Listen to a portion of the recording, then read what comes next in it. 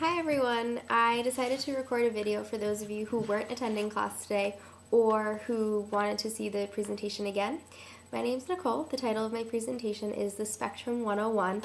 I have it on a laptop behind me just so you can follow along with the slides. I hope that over the next 8 minutes you'll be able to figure out why it's called the spectrum. It's called 101 because this is a very broad overview of a complex topic. It's the topics of gender and sex. So if you're wondering, why on earth did I choose this topic? It's because outside of school, a lot of what I do is advocacy and activism for the GLBT community. GLBT stands for gay, lesbian, bisexual, and transgender. This is me marching with Massachusetts Equality. I've also worked with the Massachusetts Transgender Political Coalition, and I was the president of the Gay Straight Alliance here at Northeastern, called Me by Laga. This is a picture of me with the mother of Ellen DeGeneres. So what makes me passionate about this subject is that it really encourages you to think outside the box. Based on some of my prior knowledge, I'd like to teach you what I consider the staples of the gender community. I encourage you to approach the presentation with an open mind. Some of these topics may be really new to you. If you have any questions, please email me them. You have a handout attached to this email, and you can use that handout to follow along. There are blanks that you can fill in along the way.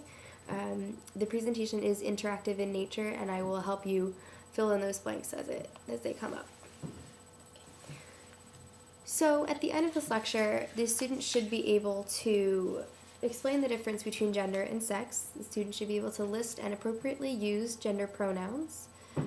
When given an example, hint a video example, the student should be able to identify a person's biological sex, gender identity, and gender expression. I feel like this is a really relevant topic. There's been a lot of media coverage surrounding lesbian and gay relationships lately, and based on needs assessment, it seems like a lot of you guys know people that identify in different ways, but what's really not understood is sex and gender and the fluidity of gender. So I sent you the 2 articles ahead of time, noting that it's a very controversial and hot topic in the news right now.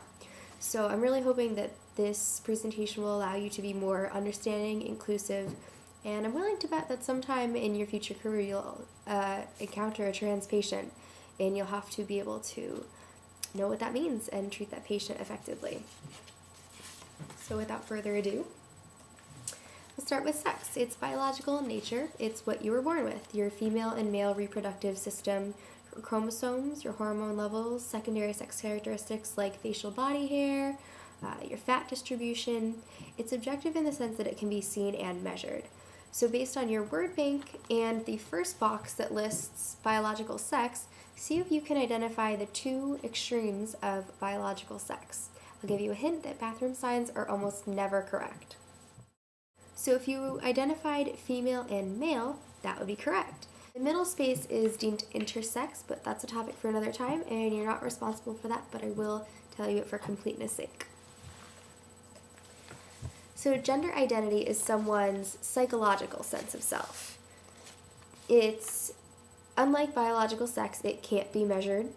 Gender identity is the gender that an individual feels regardless of their physical attributes. They feel internally on one end of the spectrum, neither or both.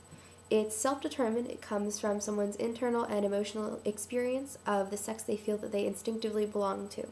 Society kind of creates the need for us to identify gender as a dichotomy, referred to as the gender binary. So based on your word bank, let's see if you can come up with the 2 extremes of gender identity. If you guessed man and woman, that would be correct. So after the needs assessment, someone in the class came up to me and said, "Oh gosh, am I man or am I a male?" And the answer is you're both, because you identify as cisgender, cis meaning same. So in that diagram, if your biological sex is in line with your gender identity, that would be cisgender. Transgender is when your biological sex is different from your gender identity.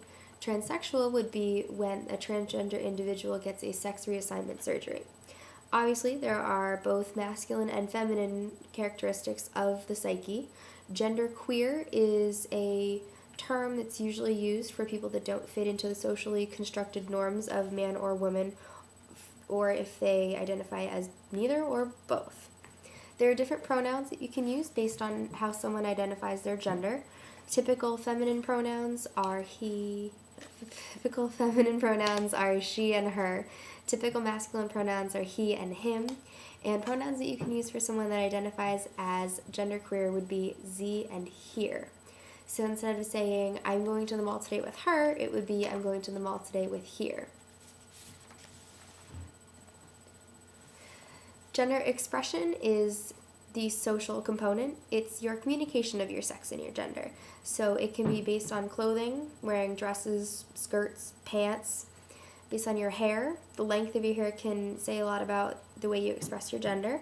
Mannerisms, ways of speaking, the roles that someone takes in their daily interactions. So based on your word bank, let's see if you can come up with the two extremes of gender expression. If you guessed masculine and feminine, that would be correct. Now, it is a continuum. The middle spot is deemed androgynous. Androgyny is a combination of masculine and feminine, or identifying as neither masculine nor feminine. Most people, when they view this, they would put themselves instinctively at either end of the spectrum.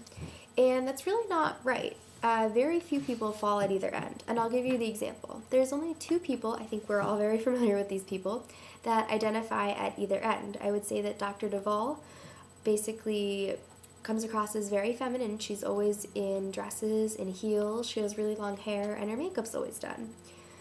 Dean Reynolds, on the other hand, is always in a suit. He's always wearing a tie. He has short hair and facial hair. Now, a common public figure, I think we all know, would be Ellen DeGeneres. I would say that she has mainly an androgynous expression of her gender. I'm not sure if she outwardly identifies as androgynous, but that's kind of the best example. Some people can get kind of trapped in gender identity either at work or school. Like, for example, in this presentation, when it was told to us what attire would be appropriate, for men it was a shirt, possibly a tie and pants, and for girls, a dress or blouse, that kind of thing. So I chose to wear a tie today to make a little statement about gender expression. So if you want to flip your handout over, take a look at that diagram and see if you can place where I fit today. I was born biologically female. I identify as a woman, but today I've chosen a more androgynous way of dressing. So there's a little bit of, I guess, a fudge factor, you'd say, because you can sort of put me, I mean, it's a spectrum, so if you put me anywhere from around androgynous, give or take a little bit. If you're asking yourself, what about sexual orientation? Well, I chose to not include that in this presentation because you really can't identify someone's sexual orientation based on the way they present themselves or the way that they dress. Someone might dress ultra feminine and be gay, or someone might dress in really sporty attire or even masculine attire and be straight. Additionally, someone who identifies as transgender isn't necessarily gay. Someone who identifies as transsexual isn't necessarily gay. The key points that I really want you to take away from this lecture today is that sex is biological, gender identity is psychological, and gender expression is social. Sex is male, female, but it's not limited to those terms. Gender is woman and man, but it's also not limited to those two terms. So if you're creating a survey, let's say, if you're asking what's someone's sex, make sure you have the correct options. Male and female would be those options. Make sure that you have an option for other or prefer not to answer. It shows that you're trying to be really inclusive, and I think a lot of people will appreciate that. Other key points, identity and expression are spectrums. Sexuality can't be inferred, and always ask if you're unsure. If you can't tell somebody's preferred pronoun, they've probably gotten the question before, and it shows that you're trying to be really inclusive by asking. So I encourage you to send questions by email. I will be posting more information online based on some questions that were asked today in class. You can always contact me. Just let me know. Thanks for watching.